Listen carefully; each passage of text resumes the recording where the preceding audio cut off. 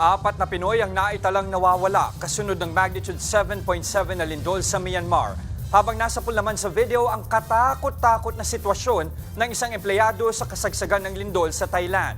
Narito ang frontline report ni Rainiel Pawi.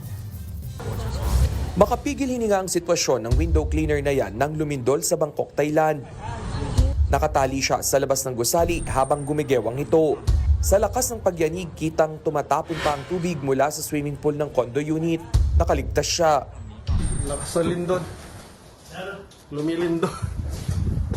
Iyo, nagano yung mga sa building. Ramdam din ang malakas na lindol sa opisina ng Philippine Police Attaché sa Bangkok. Huwag kang magpanik. Huwag kang magpanik. Pero higit 1 minuto na ang lumipas, ramdam pa rin nila ang pagyanig. Sa halos 3 taong pamamalagi ni Colonel Matalang sa Bangkok, ito raw ang isa sa hindi niya malilimutan. First time na lumindol dito sa Bangkok. First time na lumindol sa Bangkok, ang lakas. Yung pinto, nag-ano pa oh. Makalipas ang higit 4 na minuto, lumabas sila sa opisina. Sa emergency exit, makikitang tumagas na ang tubig mula sa mga tubo ng gusali.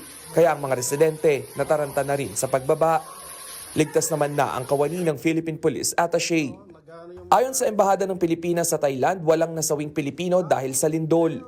Puspusan naman ang rescue operation mula sa gumuhong ginagawang gusali. Base kasi sa datos, 47 pa ang nawawalang construction worker na posibleng natabunan. Sa huling tala ng Thailand government, 9 ang nasawi mula sa lindol. Sa Myanmar naman, kung saan ang epicenter ng magnitude 7.7 na lindol, 4 na Pilipino ang nawawala. Kinumpirma yan mismo ng Department of Foreign Affairs. Base raw sa report, mag-asawa ang 2 riyan. Kabilang sila sa hinahanap sa kabi-kabilang rescue operation sa bansa. Samantala sa Dai Pi Town naman, kinailangan pang i-drill ang nagibang gusali para mailabas ang isang matandang lalaki. Nasagip din ang babaeng yan matapos mag-collapse ang kanyang bahay. Sa ngayon, pumalo na sa 1,600 ang death toll sa Myanmar. Pero ayon sa US Geological Survey, posibleng pumalo sa 10,000 ang nasawi. Nagbabalita mula sa frontline, Rainiel Pawid, News 5. Mga kapatid, Jess De Los Santos po. Iba na ang may alam at may pakialam sa panahon ngayon.